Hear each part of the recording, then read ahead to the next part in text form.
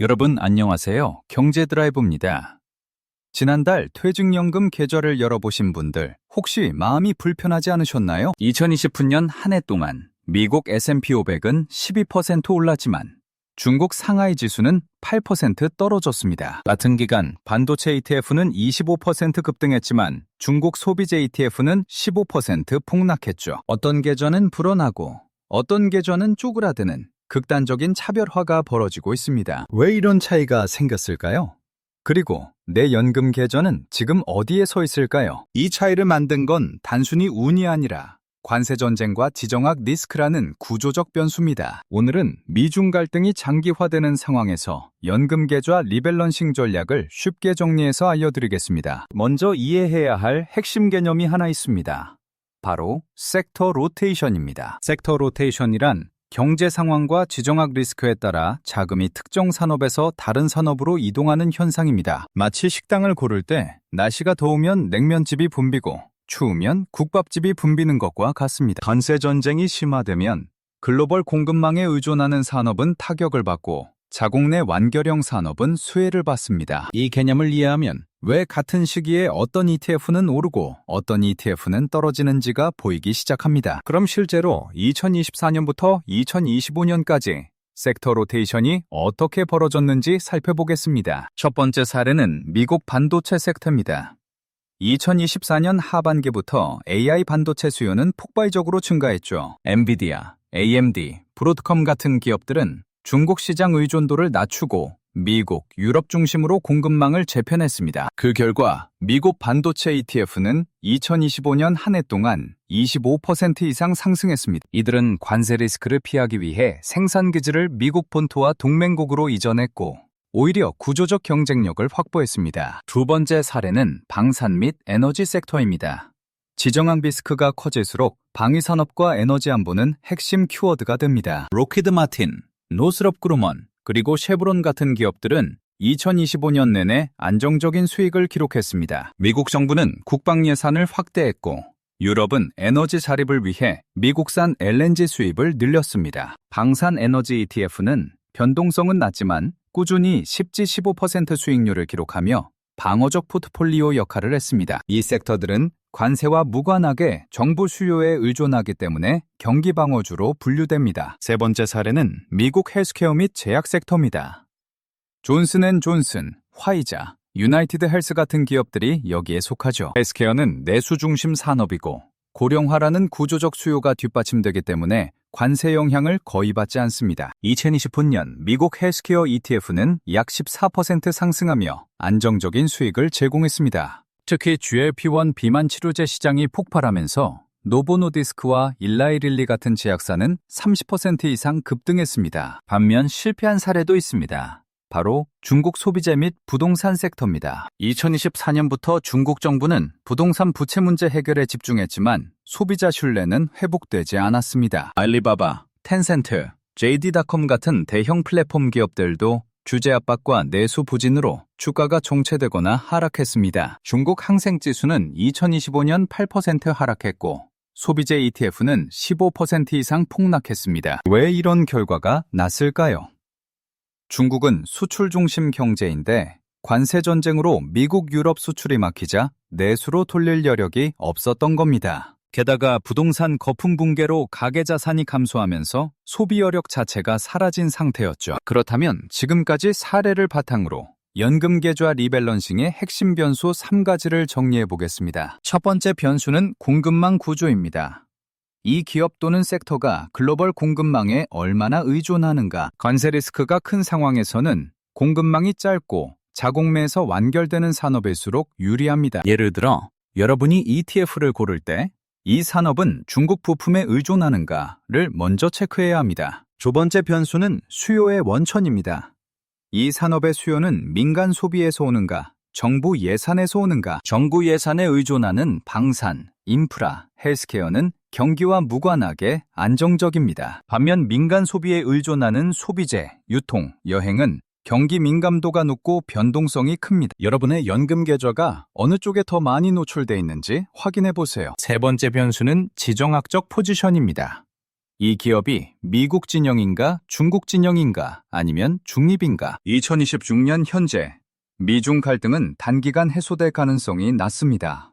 오히려 구조적으로 고착화되는 추세죠. 따라서 중국 의존도가 높은 기업이나 섹터는 단기 반등이 있어도 장기적으론 리스크가 큽니다. 반대로 미국 유럽 중심으로 사업 구조를 재편한 기업은 구조적 수혜를 받을 가능성이 높습니다. 그렇다면 구체적으로 지금 연금 계좌에서 어떤 섹터를 줄이고 어떤 섹터를 늘려야 할까요? 줄여야 할 첫 번째 후보는 중국 소비재 및 부동산 섹터입니다. 앞서 본 것처럼 구조적 회복 가능성이 낮고 정책 효과도 제한적입니다. 특히 알리바바, 텐센트 같은 빅테크도 주재 리스크와 내수 부진이라는 이중고에 시달리고 있습니다. 줄여야 할 두 번째 후보는 유럽 제조업 섹터입니다.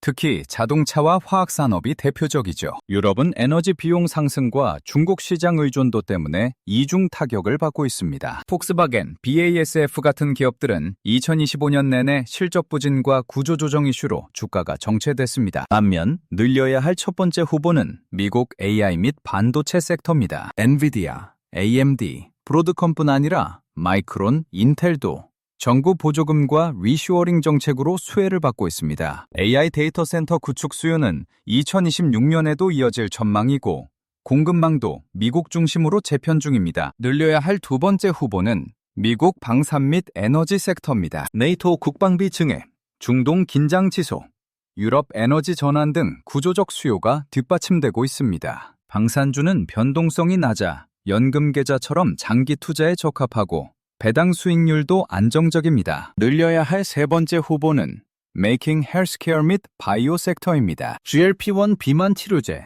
알츠하이머 신약, 암 면역 치료제 등 혁신 파이프라인이 풍부합니다. 게다가 고령화는 전 세계 공통 트렌드이기 때문에 관세와 무관하게 수요가 보장됩니다. 그렇다면 신흥국은 어떨까요?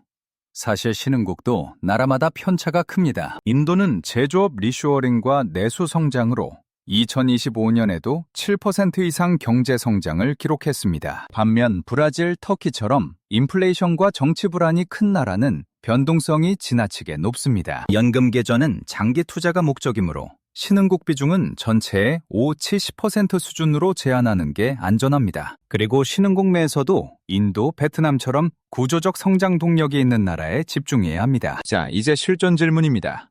그럼 기존에 보유한 중국 ETF는 언제 정리해야 할까요? 일단 손절매를 서두를 필요는 없습니다.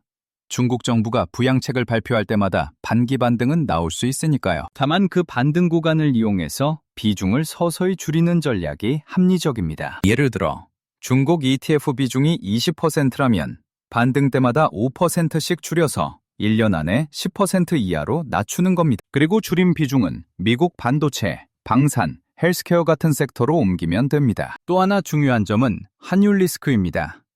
달러 강세가 이어지면 원화 환산 수익률이 더 높아지죠. 2026년 현재 미국 기준금리는 여전히 높은 수준이고 달러 수요도 견조합니다. 따라서 미국 자산 비중을 늘리면 자산 가격 상승뿐 아니라 환차익까지 노릴 수 있습니다. 반대로 유로화나 위안화 자산은 환율 손실 리스크가 있으니 신중하게 접근해야 합니다. 마지막으로 리밸런싱 타이밍입니다.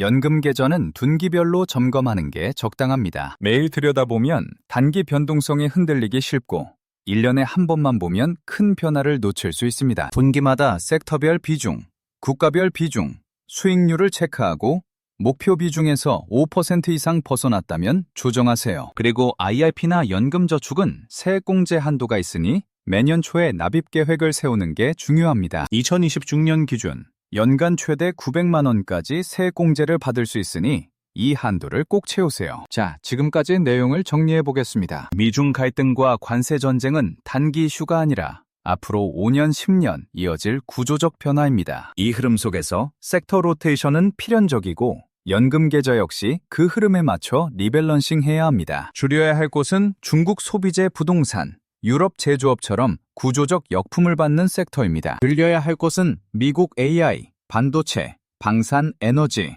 헬스케어처럼 구조적 수혜를 받는 섹터입니다. 그리고 신흥국은 인도, 베트남처럼 성장 동력이 명확한 나라에 소량만 배분하세요. 중요한 건 이 변화가 여러분의 일상에도 이미 영향을 주고 있다는 사실입니다. 삼성전자 주가가 오르고 중국 여행 상품이 싸지고 미국 ETF 수익률이 좋아지는 것, 모두 같은 구조의 결과입니다. 연금 계좌는 단순히 노후 대비 수단이 아니라 여러분이 세계 경제 구조 변화에 참여하는 통로입니다. 그리고 그 변화의 방향을 읽고 대응하는 것, 그게 바로 장기 투자의 본질입니다. 관세 전쟁은 위기이기도 하지만 동시에 포트폴리오를 재정비할 기회이기도 합니다. 중요한 건 관세 그 자체가 아니라 그 변화 속에서 어떤 섹터와 국가를 선택하느냐입니다. 오늘 영상이 여러분의 연금 계좌 점검에 도움이 되었길 바랍니다. 영상이 유익했다면 좋아요와 구독 부탁드리고 댓글로 여러분의 포트폴리오 고민도 나눠주세요. 다음 영상에서는 더 유익한 경제 이야기로 찾아뵙겠습니다.